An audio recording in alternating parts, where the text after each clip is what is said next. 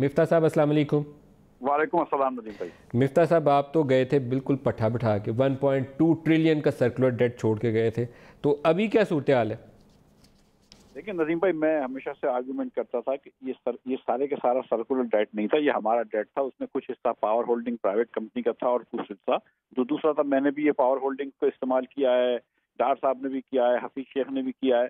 और सच्ची बात यह है कि अब 200 अरब रुपए असद उमर साहब ने भी पावर होल्डिंग के अंदर कर्ज देकर वापस करे हैं, लेकिन इनके हिसाब से तो सर्कुलर डेट कम नहीं होता। जो आज मैंने हिसाब करके दिया है, हमारे हमारे जो 5 साल दौर था, 1825 दिनों में हमने औसतन 7 करोड़ 70 लाख रुपए से रोज बढ़ाया है सर्कुलर डेट, रोज 7 करोड़ 70 लाख रुपए से, जो कि बहुत बड़ी अमाउंट है। इन लोगों ने 127 करोड़ रुपए से रोज बढ़ाया है, 127 करोड़ रुपए से। जब से हम गए 10 महीने के अंदर 383 अरब रुपए का नंबर लग गया है। और ये नंबर जो है, ये मेरे कोई मन घड़त नंबर नहीं है। ये नंबर आपको पता है कि मतलब हुकूमत पाकिस्तान में मैं भी काम कर चुका हूं, तो मुझे पता है कि नंबर कहां से लेते हैं। तो ये नंबर्स एकदम वेरीफाइड नंबर्स हैं। नहीं, एग्जैक्ट नंबर है। मैं 1.45 ट्रिलियन का एग्जैक्ट नंबर है सर्कुलर डेट का, और ये कंफर्म नंबर है। पूरी डिटो डिटेल्स जो है सारी सही हैं, उसमें कोई दो राय है ही नहीं है। एक चीज़ ऑन एयर कहनी है ज़रूरी है, असद उमर साहब ईमानदार आदमी है, उनके ऊपर कोई चार्ज ना है और ना मेरे ख्याल में फाइनेंशियल करप्शन करेंगे। इमरान खान के ऊपर फाइनेंशियल करप्शन का चार्ज नहीं है, मैं बिल्कुल क्लैरिटी के साथ ऑन एयर कह रहा हूँ। मिफ्ता इस्माइल साहब, ये हो क्या रहा है? ये फिर या तो इनकॉम्पिटेंस है या सिस्टम के अंदर बिल्ट इन फॉल्ट है। देखिए मैं आपको बताऊं, देखिए मेरी बात सुने। कोई मतलब जुबैर बैठा हुआ है आपके ऊपर सामने, उसके ऊपर भी कोई फाइनेंशियल करप्शन का चार्ज नहीं, मिफ्ता इस्माइल के ऊपर भी नहीं। आप तो लूट के खा गए थे सारा PMLN और पीपल्स पार्टी वाले लेकिन 10 सालों में। अब नदीम भाई सुने, ये सस्ती फर्नेस ऑयल जो कि ज्यादा एफिशिएंट होती है, 60% एफिशिएंसी के प्लांट में चलती है, उसको नहीं ले रहे, और सॉरी LNG को, और उससे महंगी फर्नेस ऑयल ले रहे हैं जो कि आधी एफिशिएंसी के प्लांट में चलती है। और फिर ये कह रहे हैं कि हम करप्ट नहीं है, तो कम से कम फिर इसका मतलब है कि आपसे ज्यादा बेवकूफ कोई नहीं है। और फिर अगर आप इतने नाअहल हैं कि आप करप्ट भी होते तो भी इससे बुरा काम नहीं कर सकते। तो मैं अब भी नदीम, अगर आप मुझे मौका देंगे, मैं करप्शन जुबैर साहब, अच्छा मिफ्ता साहब रुकिएगा। एक मैं आपको करप्शन के हवाले से या अच्छा उमर साहब मौका दीजिएगा, पहले जुबैर साहब पहला बजट। जी जुबैर साहब जी, सितंबर में पहला बजट असद उमर ने प्रेजेंट किया था और उसमें बहुत सी चीज़ें थीं। और आपको पता है, आपने PSL का जिक्र भी किया था। PSL पिछले 3 साल से चल रहा था, PSL का भी पता था उन्हें।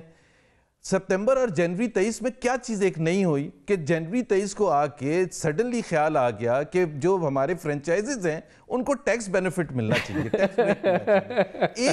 एक ही एक्टिविटी हुई थी, जहांगीर तरीन साहब ने फ्रेंचाइज खरीदा था मुल्तान का। आप असद उमर पे आपने जो जनवरी 23 को अनाउंस किया था, प्रैक्टिस का इल्जाम लगा रहे हैं आप असद उमर के ऊपर।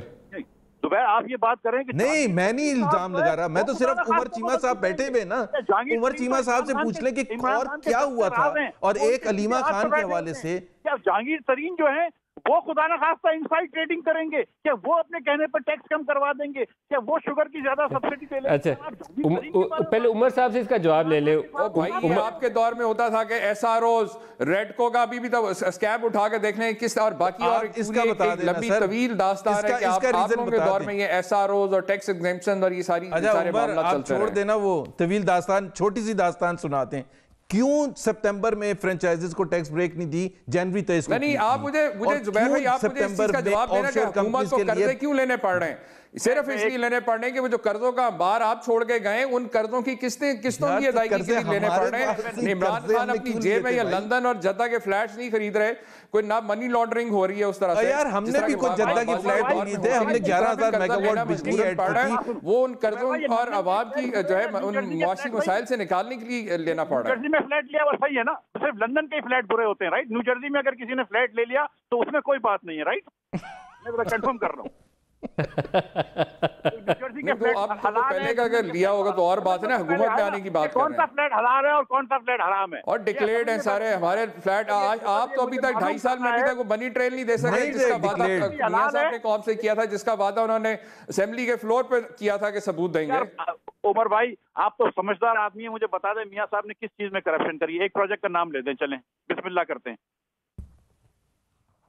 सर एक मुझे आप ये बता दें, मियां साहब ने कौम से 3 दफा खिताब में वादा किया था, आज 2.5 साल गुजर गए, आज तक तो कुछ वो सबूत नहीं दे सके, एक वो जाली कतरी लेटर के अलावा। आप भी मुझे बताएं ना कि अगर आप जैसे पढ़े लिखे लोग ऐसे लोगों के जो है आके डिफेंड करेंगे, उनको आके उनको जस्टिफाई करने की एक्शन कोशिश करेंगे, आप जरूर तनकीद करें, लेकिन तनकीद नहीं होनी चाहिए। आप बैठ के ये कहें कि जनाब ये इतनी महंगाई कर दी, इतना कुछ कर दिया। खान साहब ने ठीक कहा कि ये 30,000 अरब का कर्जा किसने चढ़ाया है? आप लोगों ने चढ़ाया है, आप लोगों की मेहरबानी है। हमें तो ये विरसे में मिला है और हम कोशिश कर रहे हैं कि अवाम पे कम से कम बोझ डाला जाए और वो कम से कम जो है वो आगे जो मुश्किलात हैं उसमें कम से ज़्यादा उसमें कमी की जाए।